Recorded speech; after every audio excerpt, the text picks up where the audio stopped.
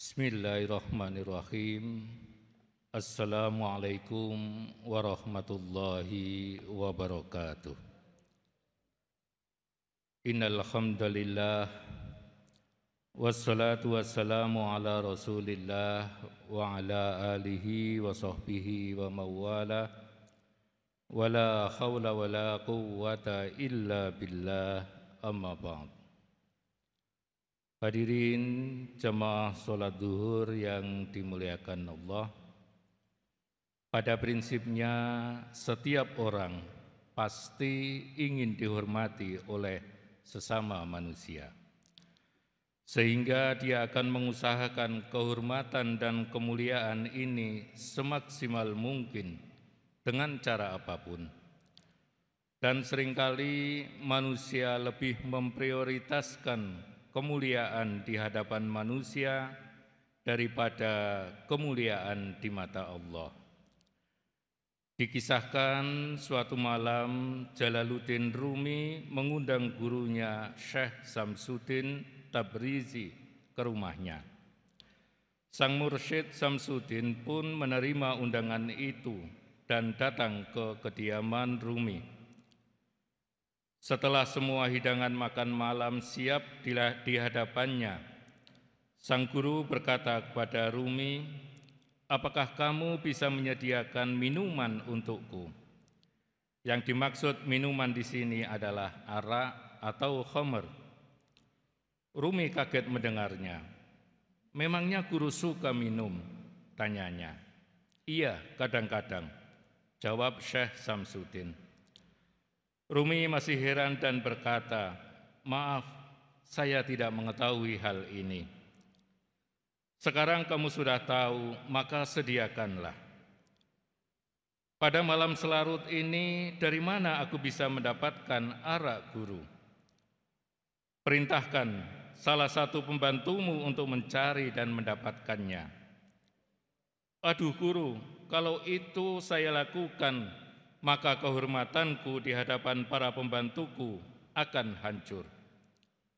Kalau begitu, kamu sendiri pergilah keluar untuk membeli minuman arak tersebut." "Seluruh kota ini mengenalku, guru. Bagaimana aku bisa keluar untuk membeli minuman?" "Kalau kamu memang muridku, kamu harus menyediakan apa yang aku inginkan. Tanpa minum, malam ini aku tidak akan makan, tidak akan berbincang-bincang, bahkan aku tidak akan bisa tidur." Karena kecintaan dan ketaatannya pada gurunya, akhirnya Rumi mengambil jubahnya dan berjalan ke arah pemukiman kaum Nasrani. Sampai sebelum ia masuk ke pemukiman tersebut, tidak ada orang yang berpikir macam-macam. Namun begitu ia masuk ke pemukiman kaum Nasrani, beberapa orang terkejut dan akhirnya menguntitnya dari belakang. Mereka melihat Rumi masuk ke sebuah kedai arak satu-satunya yang masih buka pada malam itu. Ia terlihat membeli sebotol minuman yang kemudian disembunyikan di balik jubah, lalu keluar. Ia diikuti terus oleh orang-orang yang jumlahnya bertambah banyak, hingga sampailah Rumi di depan masjid, tempat ia biasa menjadi imam bagi masyarakat kota itu. Tiba-tiba salah seorang yang mengikutinya tadi berteriak, "Wahai saudara sekalian, Syekh Jalaluddin Rumi yang setiap hari menjadi imam sholat kalian, baru saja pergi ke perkampungan Nasrani dan membeli minuman keras." Orang itu berkata sambil menyingkap jubah Rumi, dan orang-orang melihat botol yang dipegang oleh Rumi. Orang yang mengaku ahli zuhud dan kalian rela untuk menjadi pengikutnya ini membeli arak dan akan dibawa pulang. Orang itu berkata lantang dan dia bersifat provokatif terhadap orang-orang yang ada di sekitarnya. Orang-orang menjadi tersulut emosinya dan secara beramai-ramai meludahi muka Rumi dan memukulinya hingga sorban yang ada di kepalanya itu lengser ke leher. Melihat Rumi diam saja tanpa melakukan pembelaan, orang-orang itu semakin yakin bahwa selama ini mereka ditipu oleh kebohongan Rumi tentang zuhud dan takwa yang diajarkannya. Mereka makin beringas dan terus menghajar Rumi. Bahkan ada juga di antara mereka yang berniat untuk membunuhnya. Tiba-tiba terdengar suara gurunya Samsudin. "Wahai orang-orang yang tidak tahu malu, kalian telah dengan keji menuduh seorang alim dan zahid dengan tuduhan minum khamr. Ketahuilah bahwa yang ada di dalam botol itu adalah cuka untuk bahan masakan." Seseorang dari mereka masih mengelak dan bicara menantang, "Itu bukan cuka, itu arak. Saya lihat dengan mata kepala saya sendiri, Rumi membelinya di kedai arak," katanya. Lalu Samsudin mengambil botol itu, membuka tutupnya. Dia meneteskan isi botol ke tangan orang-orang agar menciumnya.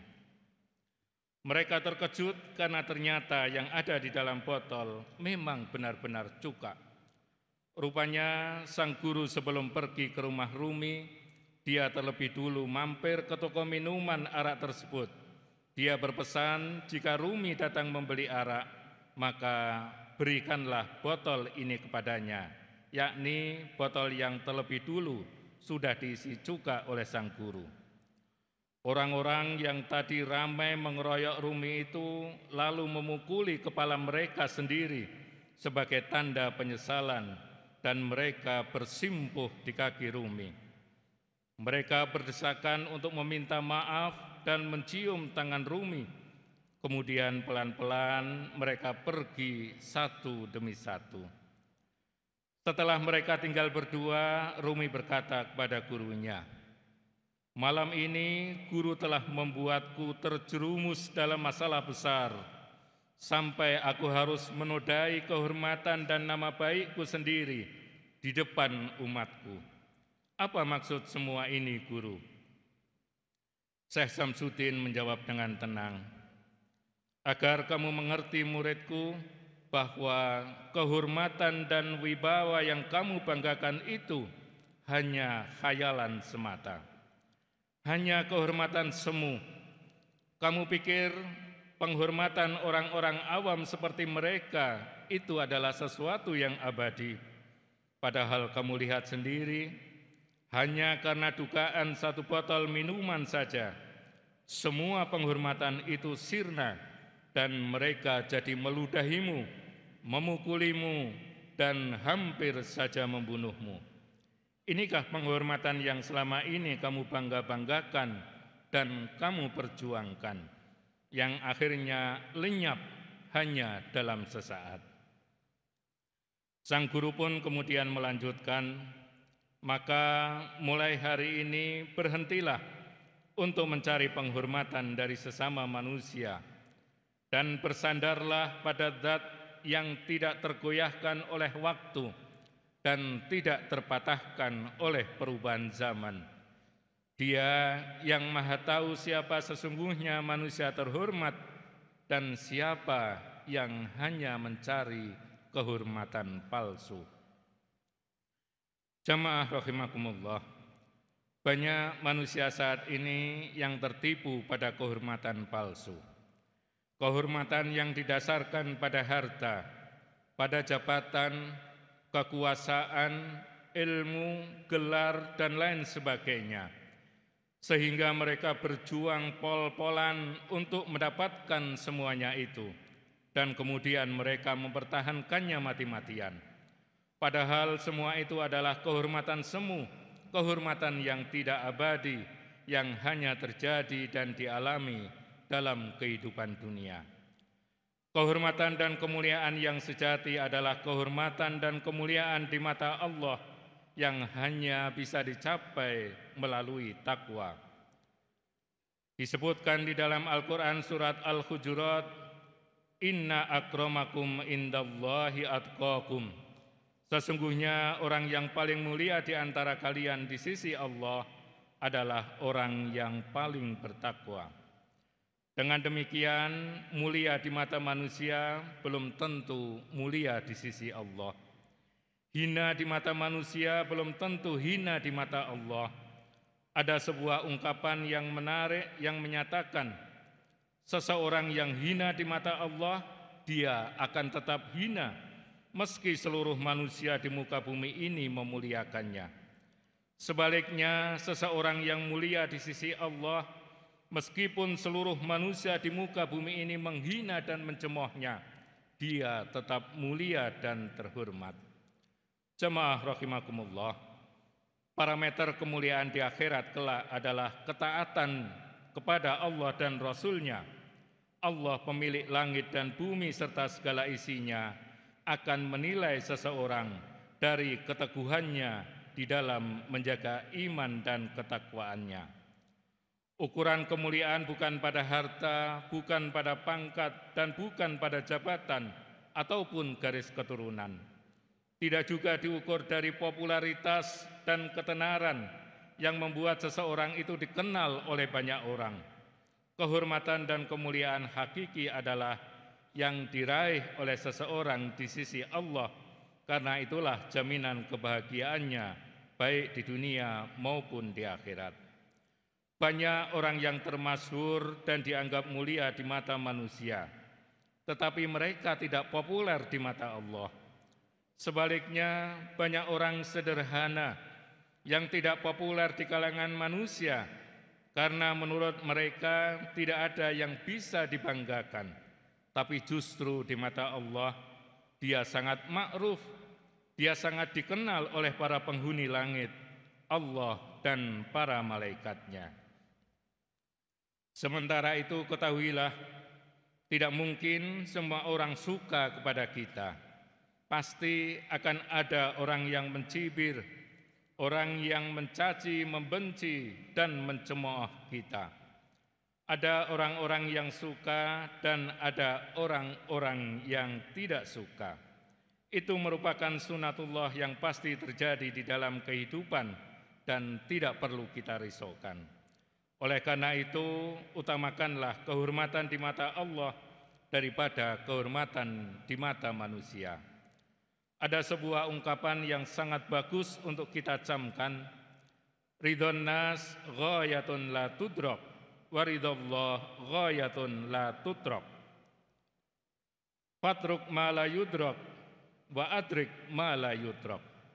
Ridhon nas ghayatun la tudrak. Ridho manusia itu merupakan harapan yang mustahil untuk dicapai. Wa ridhallah ghayatun la tutrak.